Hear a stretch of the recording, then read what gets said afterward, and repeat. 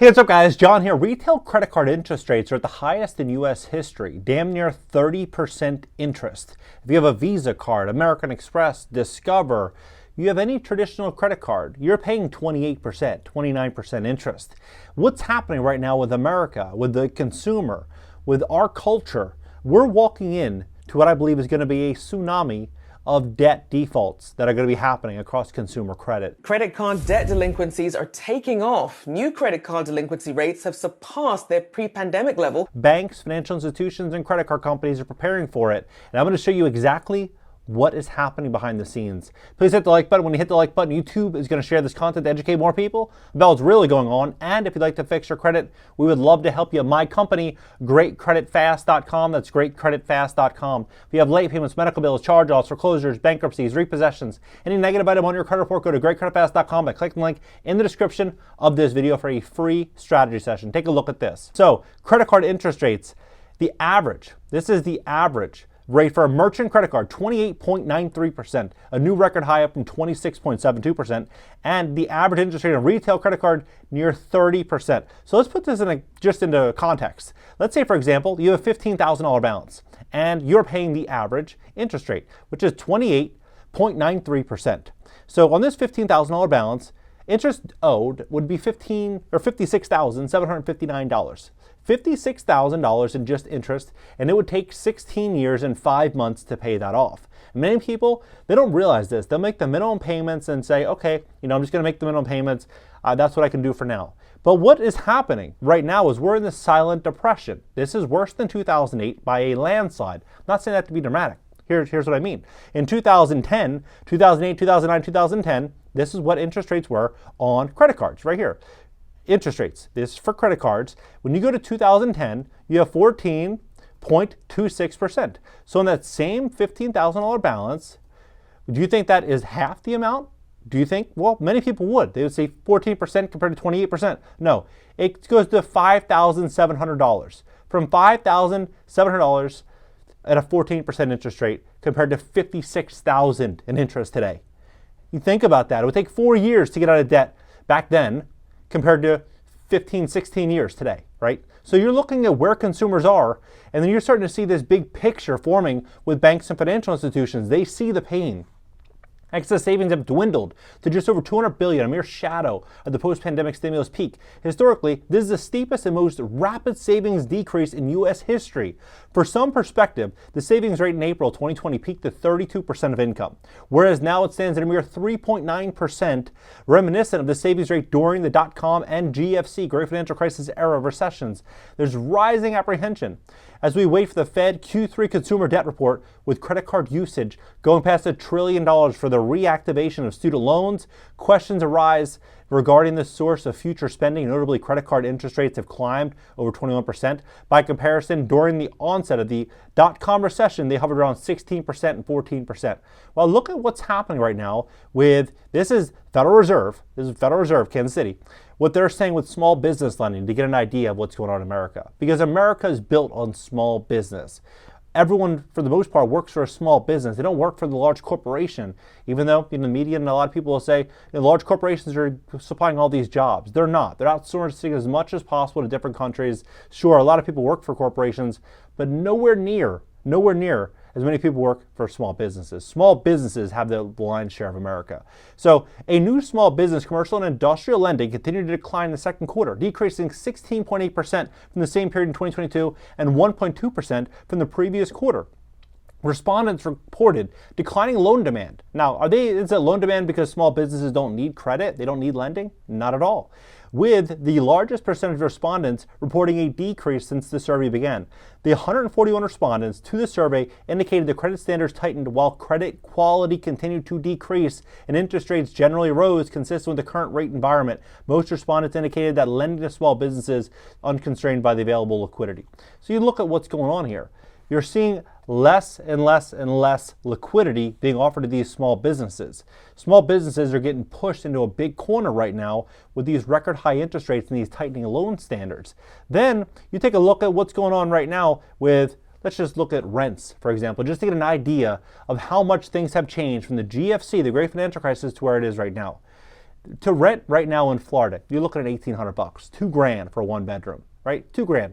Wages are relatively flat compared to where they were in 2009, 2010. They've increased, sure, but very, very lightly, right? We're not talking 50% wage increases. You might be talking 5%, 7%, 10% max for most careers, right? Teachers are making very similar to what they were making back then.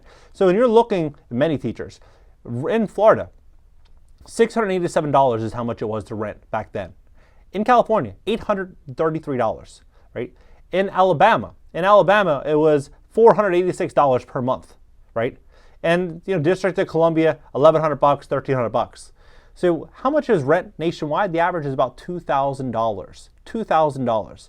So consumers, what's ultimately happened, it's like that analogy where a frog is put into warm water, and then slowly they keep turning it up, and now that frog is boiling, but the frog doesn't know how to jump out, right? That's what's happening right now with consumers. And banks are seeing that, and that's why banks are issuing all of these layoffs. 20,000 employees were laid off by banks. Credit Suisse is preparing a third round of job cuts, 10% of support staff, right? They're getting ready to cut 10% of staff. Now there's all these different buy now, pay laters for groceries. Look how happy this lady is, right? You think she's happy putting corn on a buy now, pay later program? No, right? But this is becoming the new normal, right? This is becoming the new normal where everyone is going to be heavily dependent on these credit cards. 2 in 5 Americans say inflation will change their holiday shopping habits this year.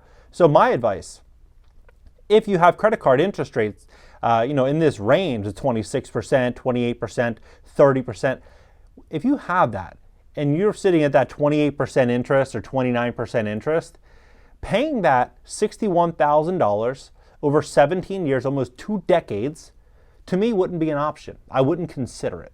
And I'm not saying to default on your bills or be irresponsible. I'm not saying that.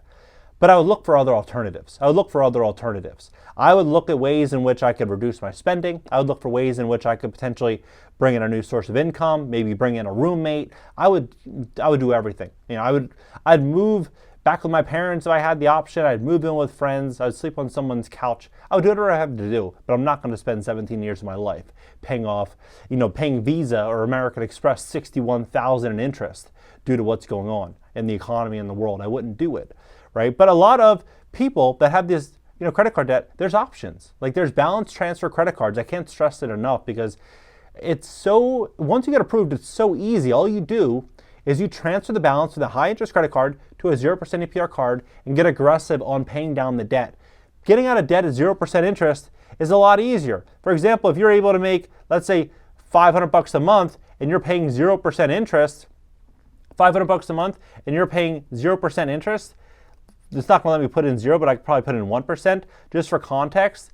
You get out of debt in 2 years, right? Get out of debt in 2 years, pay $197 in interest. That's what I would do, right?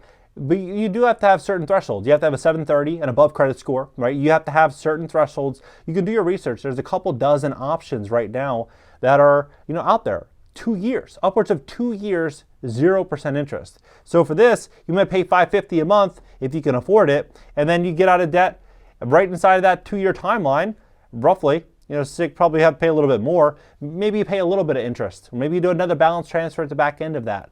But there's options. But what I believe is going to happen is I believe that because of what happened with student loans, 43.5 million borrowers had to start paying October 1st. Over the next couple months, we're going to start seeing more and more defaults, more late payments registering.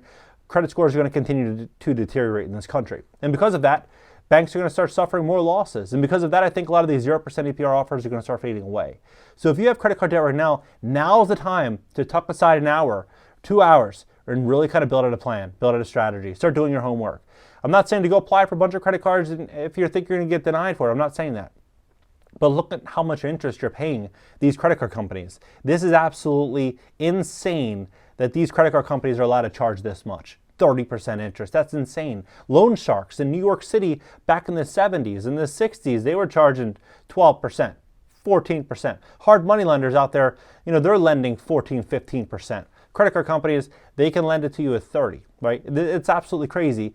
But you do not want to walk into an inflationary world putting produce on your credit card that's increased in price by 30% over the last couple of years onto another credit card that's going to charge you 30% interest. It's absolutely ludicrous. So what do you think about this entire situation? Do you think we're walking into a scenario where we're going to start to see a wave of credit card defaults? I mean 2024 Q1, 2024 Q2, the first couple quarters of next year, we're going to start seeing so many defaults left, right, and center that a lot of these offers are going to start getting pulled. A lot of credit's really going to tighten up. That's what I'm betting on. I bet on that. And the reason I say that, look at where consumers are. Look at where incomes are. Look at where the national savings rate is. Look at what is happening to the consumer. If you were a bank right now, would you want to go out there lending to everyday Americans? Probably not, right? You would probably tighten up lending standards dramatically, lend only to high interest, or to the high credit score borrowers, at an interest rate in which made sense. You would not want to lend to high interest rates to very, very low quality borrowers that have a high probability of defaulting, right? You probably want to do asset-based loans on certain deals, certain businesses based on infrastructure. Like you would reposition yourself to hedge for downside risk. Lending to consumers, that's uncollateralized loans. That is something that I think a lot of banks aren't going to want to touch. They're not going to want to touch it. I'm curious as to what you think. Do you think we're walking into a scenario over the next 6 months in which we're going to start seeing credit conditions tighten up dramatically in this country? Drop below, hit the like button. If you'd like to fix your credit, we'd love to help you. My company, greatcreditfast.com. That's greatcreditfast.com. If you're thinking about doing a balance transfer, maybe from a high interest rate credit card to a 0% APR card, you need that 730 credit score in most cases. So if your credit score is not there because of a late payment or medical bill or charge off, something like that, one late payment can drop your score upwards of 180 points. So just removing one item might make the difference of you getting out of that high interest rate consumer credit card debt to switching over to a 0% APR card. So you can feel free to book a call below, and I'll catch you in the next video.